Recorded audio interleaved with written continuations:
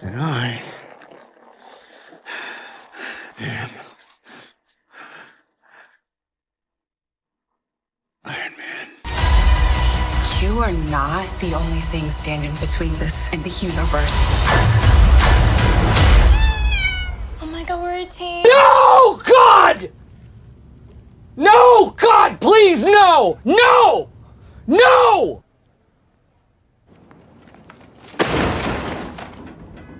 I think I'm going to explode. My best friend, the king's apprentice. My mouth drooping? I feel like it's drooping. Please! Please! No! Hey folks, there's been quite the spectacle at Disney lately, and let's dive right in. In their recent SEC report, Disney openly admitted their disconnect with consumers. They basically said, "Oops, we've let you down." It's a bit funny, isn't it? Ignoring half your audience, well, that's a surefire way to tank. And surprise, blaming critics and the weather didn't keep the ship afloat. It's intriguing, isn't it? Even Bob Iger, the titan of Disney, seems to be questioning the woke agenda. But before we break out the confetti, let's not jump the gun. While he's vocal about this change in direction, actions tend to echo louder than words in this realm. It feels less like a genuine pivot and more like a strategic move for damage control. Now they're touting this new strategy of shifting their focus from quantity to quality, from pushing an agenda to emphasizing good old-fashioned storytelling. It's like they've suddenly rediscovered the magic potion for success. But let's face it, shaking off the woke habit is no walk in the park for a mammoth corporation like Disney. The real question lingering here is, can they truly break free from this cycle?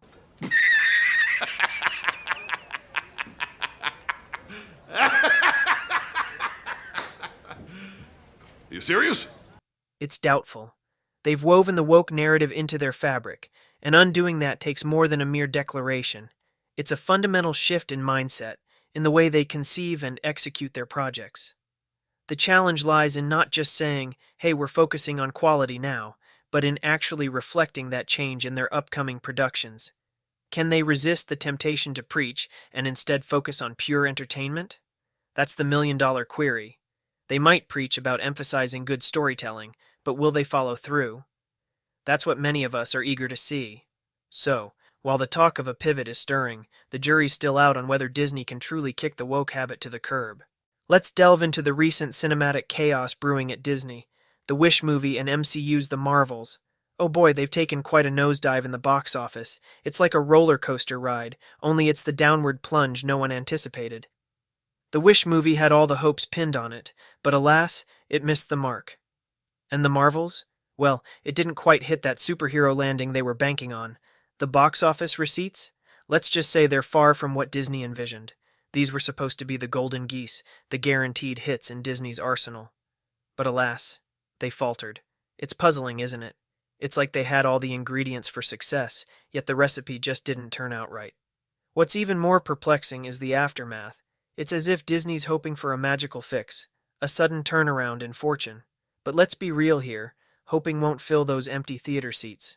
Now, you'd think they'd learn from these flops, take a step back, reassess, and perhaps chart a new course.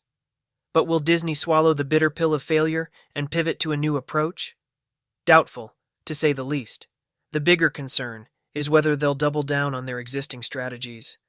Will they brush off these box office missteps as mere hiccups, continuing to serve up the same dish in a different package? Only time will tell if Disney's ready to embrace change or if they're stuck in a loop of repeated misfires. Now enter Bob Chapek, the freshly appointed leader in this Disney drama. Some are quick to label him as the fall guy for the mess, but if we zoom out, the roots of this quagmire trace back to none other than Bob Iger. Iger, the maestro of Disney's legacy, had orchestrated the direction of the company. Chapek? He's essentially the caretaker trying to navigate stormy waters. The real crux of the issue? Iger's legacy of steering Disney toward the woke narrative. Chapek inherited this ship mid-voyage, already charted by Iger. But the thing about legacies is that they cast long shadows. Chapek's tenure is haunted by the decisions and paths set in motion by Iger. While Chapek might be holding the helm, it's Iger's legacy that continues to influence Disney's current trajectory. The woke agenda, the narrative shifts, These were seeds planted in the Iger era that Chapek's now left to grapple with. The challenge for Chapek lies in steering Disney away from the wake of Iger's decisions.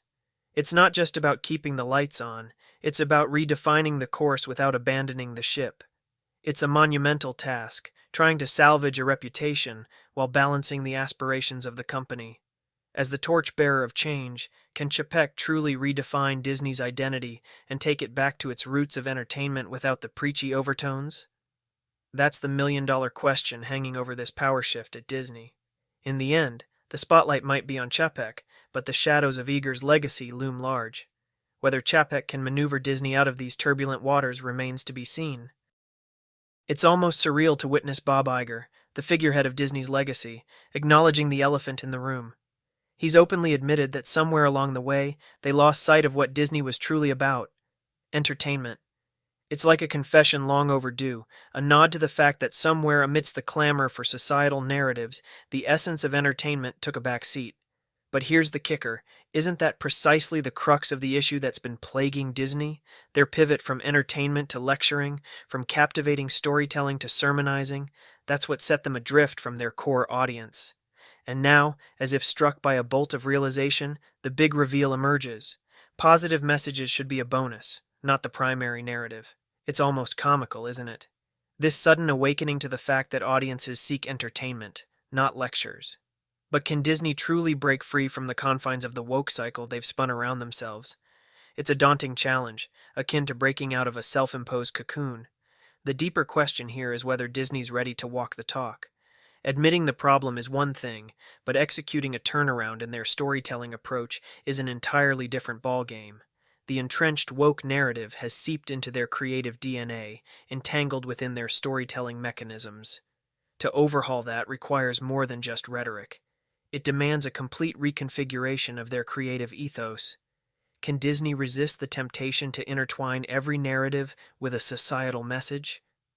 That's the multi-billion-dollar question. Breaking the cycle of woke storytelling, while enticing, seems more like an uphill battle than a swift transition. In the end, it's not just about admitting a fault, it's about undertaking a colossal shift in ideology. Whether Disney's truly ready to reclaim its roots of pure, unadulterated entertainment, or whether they'll stay shackled to the woke narrative, remains a suspenseful chapter in the Disney saga. In the end, Disney's in a pickle. Their loyal fan base feels alienated, and they're scrambling to salvage their image. Blame games won't fix the ship, but will they steer away from the woke iceberg? Doubt it. Let me know what you think in the comments below. Don't forget to like, subscribe, and share. See you in the next one. Peace.